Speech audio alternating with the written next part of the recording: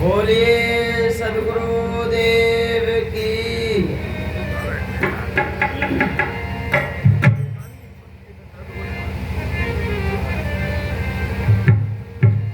आइए आप सबके प्रति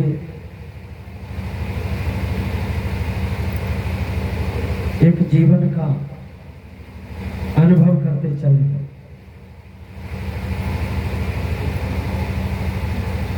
एक ऐसी जगह संतों ने चुनी है जहां पर शांति हो,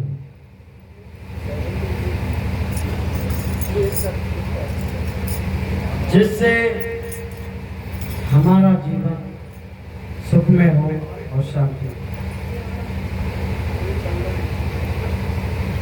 आइए विश्व वंदनीय पूर्ण विरक्त रहने संपन्न विवेकी पारखी संतों की वाणी को हम मानव सेवा के नियुक्त कल्याण की ओर चल। इस शरीर की महत्वता क्या है और इस शरीर में वाणी की महत्वता क्या है।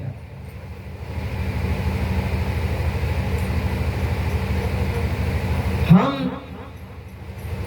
संत गुरुजनों के अंदर रहनी और गहनी और वाणी ध्यान साधना का बहुत बड़ा महत्व है। इसकी पढ़ाई हम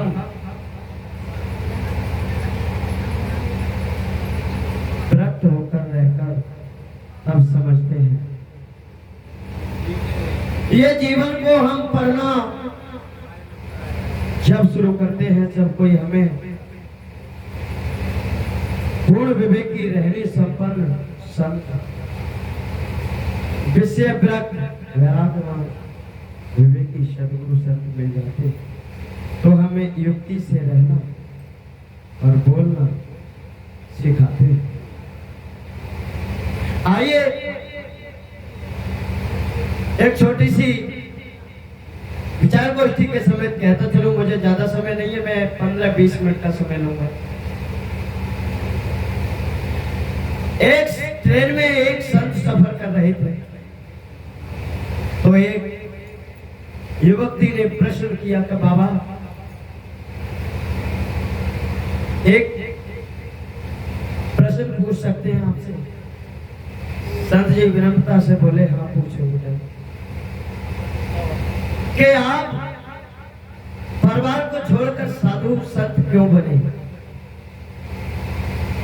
संत जी ने उत्तर दिया कि बेटा तूने प्रश्न तो अच्छा किया है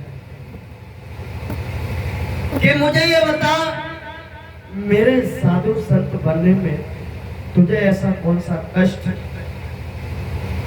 महसूस हुआ जो तू मुझे ये कह रही है कि तुम साधु संत क्यों बने।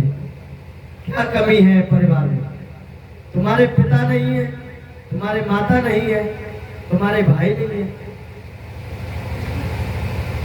उन्होंने कहा हाँ सब कुछ है बेटा। सुन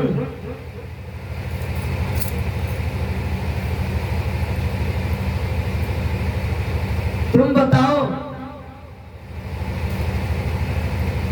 क्या आपके पिताजी हैं। बोले हाँ। आपकी माँ है। हाँ। बहन है। हाँ है। भाई है। फिर आपको शादी करने की क्या जरूरत है। सब कुछ तुम्हारे पास है, फिर आपको शादी करने की क्या जरूरत है।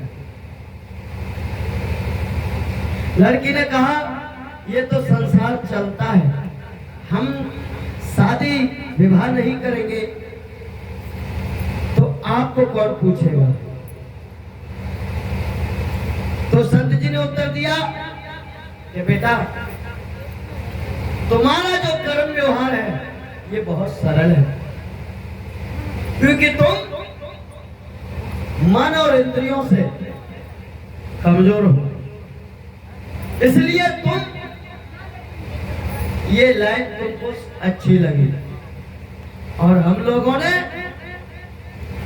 इंद्रियों को जीता और मन को अपने काबू में किया, इसलिए हमने संसार को और परिवार को छोड़ा। क्योंकि जो सुख साधु संग में सो परिवार में ना होए, जो हमें सुख संत गुरुजनों के साथ में मिल जाएगा वो हमें परिवार के साथ में नहीं मिलेगा। तब लड़की समझ गई कि हाँ बात तो सही है, क्योंकि मेरे इस जीवन में सिवा दुख के अलावा और कुछ वस्तु है नहीं। तो संसार में आपके लिए जन्म लेना आसान है पर जन्म को सुधारना आसान नहीं है। तो जन्म को सुधारने के लिए संत गुरु को परिवार में आवश्यकता पड़ती है। अगर अपने ही माता पिता से अगर ये जन्म सुधर जाता तो इस समाज में संत गुरुजनों को कौन बुलाता अपने द्वार पे। अगर अपने ही माता पिता खुद डिप्टी कलेक्टर बना देते तो IAS जो पद है इनको कौन पूछता है। भाई समय की बात है, समय से सब ज्ञान में समाये हुए हैं। आपको अच्छे संतों की जरूरत है। जब आप अपने परिवार में एक साधु को नहीं अपनी स्वेच्छा से बना सकते, बच्चों की संख्या तो आप विषयों में आसक्त होकर बढ़ा देते हो, और आप एक संत को तो बनाओ, एक साधु को साधु लाइन में उतार दो तो कितनी बड़ी महानता होगी। तो क्या आपके सामने मर जाए, सड़ सड़ के मर जाए पर महात्मा ना बने, ये परिवार के अच्छे विचार है। माँ की ममता ने क्या कहा कि मेरा बेटा सड़ सड़ के मर जाए पर महात्मा ना बनने दूंगी। तो फिर दुख कौन काटेगा, दुख कौन काटेगा। अगर आप ऐसी सोच बनाओगे तो इस संसार में संत कैसे आएंगे आपके जीवन का उद्धार करने के लिए।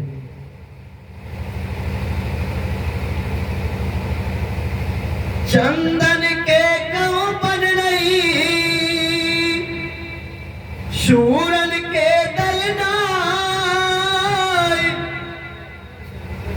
तालों में हीरा नहीं, फिर घर घर साधुना। क्या घर में साधु बन सकते हैं? क्या इच्छाओं का दमन हो सकता है? क्या हंसी और गाल एक साथ में फूल सकते हैं? ऐसा है ही नहीं। गाल चाहे परिवार में रहकर कितना भी बजा लो पर त्याग नहीं कर सकते। खलक हुआ खाली मिला बहुत किया बकवाद, और पांच हिलावे पालना पावे ना है सवाद। तालाब में वर्षा के समय मेढक बनकर के तो टर्रा सकते हो पर समुद्र तक नहीं जा सकते, त्याग का सामना नहीं कर सकते,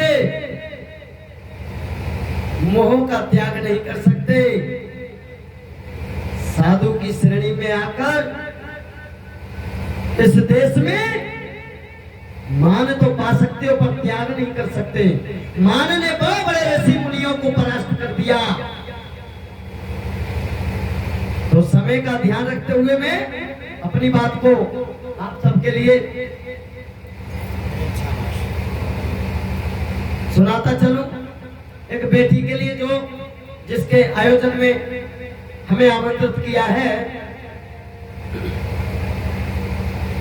जब ढोलक पे चलो।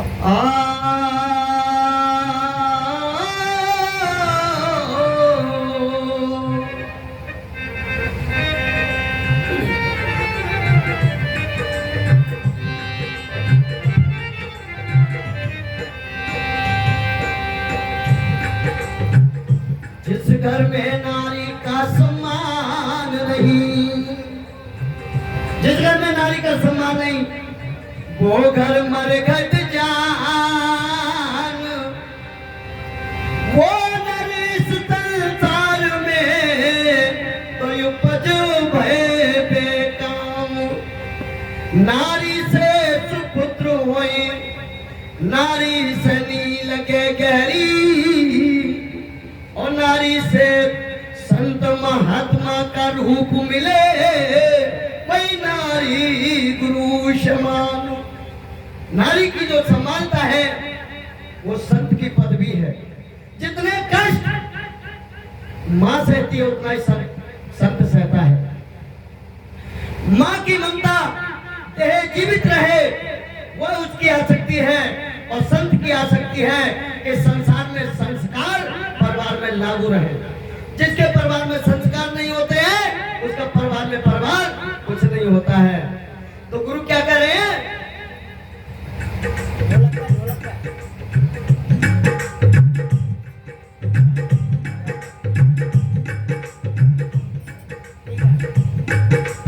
आशीर्वाद देते हैं।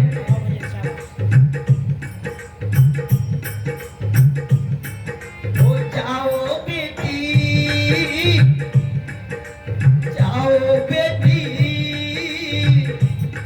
ओ देते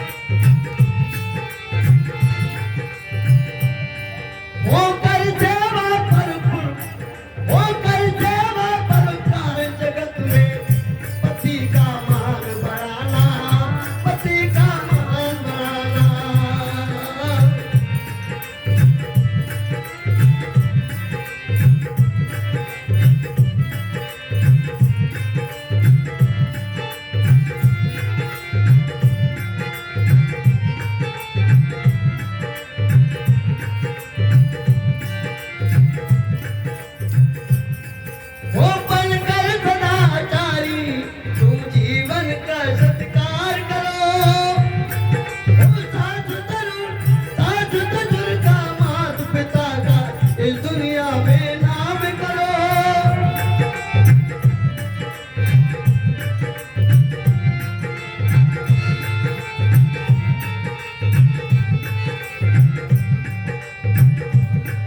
ओ बाबा साहब ने इस दुनिया में, ओ बाबा साहब ने इस दुनिया में वो नारी का मान बढ़ाया।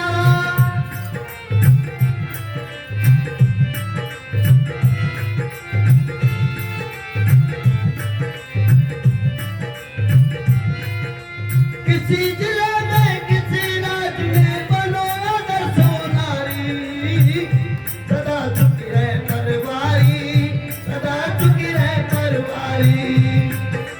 सबसे अच्छा सबसे बढ़िया है गुरु का दरबार, गुरु का द्वार न छूटे, मेरा परिवार न छूटे, गुरु का दरबार न छूटे।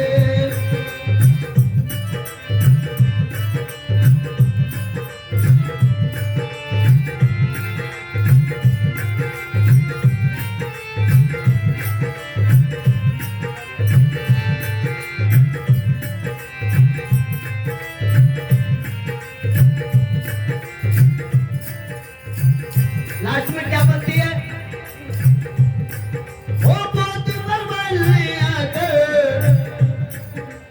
जीवन सफल बनाया।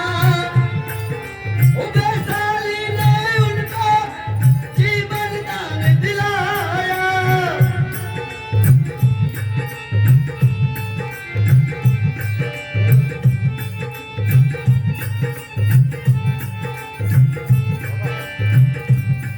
ओ पर संविधान भारत देश का भारत मान बढ़ाया।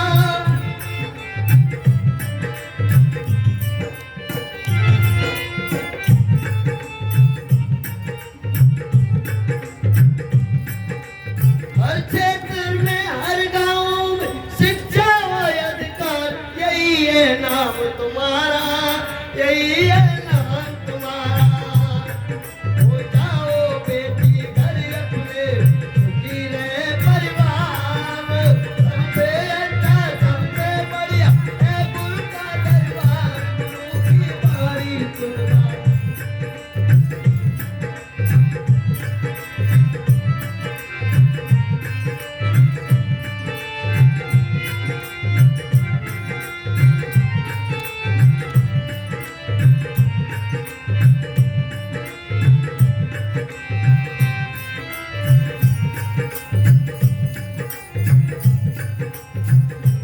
मेरे भारत देश में बाबा साहब ने नारी को इतना मजबूर देखा, तब नारियों ने रोकर के बाबा साहब से क्या कहा था कि संविधान में हमारे लिए भी कुछ लिखा है। तो बाबा साहब ने कहा अभी तो नहीं लिखा है, पर मैं अब मेरे लिए ध्यान आया कि मुझे सबके साथ में लिखा, मैंने सबके लिए लिखा, पर नारी के लिए कुछ नहीं लिखा। तो उस दिन से बाबा साहब ने नारी के लिए महिला कोड बिल बनाना शुरू कर दिया कि भाई जिससे हमने जन्म लिया है उसी के लिए अगर हमने कुछ नहीं किया तो फिर हमने दुनिया में आके क्या किया। हमारा कर्तव्य यही है कि हमारी पृथक ये जिस शरीर से हम जीवन जी रहे हैं, इसका सुख ले रहे हैं, तो इसका उद्धार करना और इसको सुख देना, इसका मान बढ़ाना हमारा कर्तव्य है। हम जसवंत जी का तहे दिल से बार बार धन्यवाद अदा करते हैं, और मुकेश भैया का जिन्होंने कीमती समय निकालकर और हमें आमंत्रित करते रहते हैं हापुड़ डिस्ट्रिक्ट में। और इनके पिताजी एक वृक्ष लगा गए, वो एक वृक्ष अमर है और अमरपुरा ही गांव में है। जब तक मेरा मुकेश भाई जीवित रहेगा तब तक ये नाम और ये वृक्ष दोनों अमर रहेगा। तो प्रेमी सज्जनों कि मेरे भाई अपनी गलती ना करो, गलतियों को सुधारने का ही नाम सत्संग है। और मैं ज्यादा समय ना लेकर अपनी वाणी को यही विराम देता हूँ कि मेरा समय पूरा हुआ और मैं समय का पाबंद साधु हूँ। बोलिए सतगुरुदेव की, सत्संग सुनने वालों की। अब दूसरी कली में महाराज जी करनदास जी अपना समय 15 मिनट का, ताकि बाद में आरती हो सके। मुझे आमंत्रित किया जा रहा है कि आरती का समय हुआ जाए।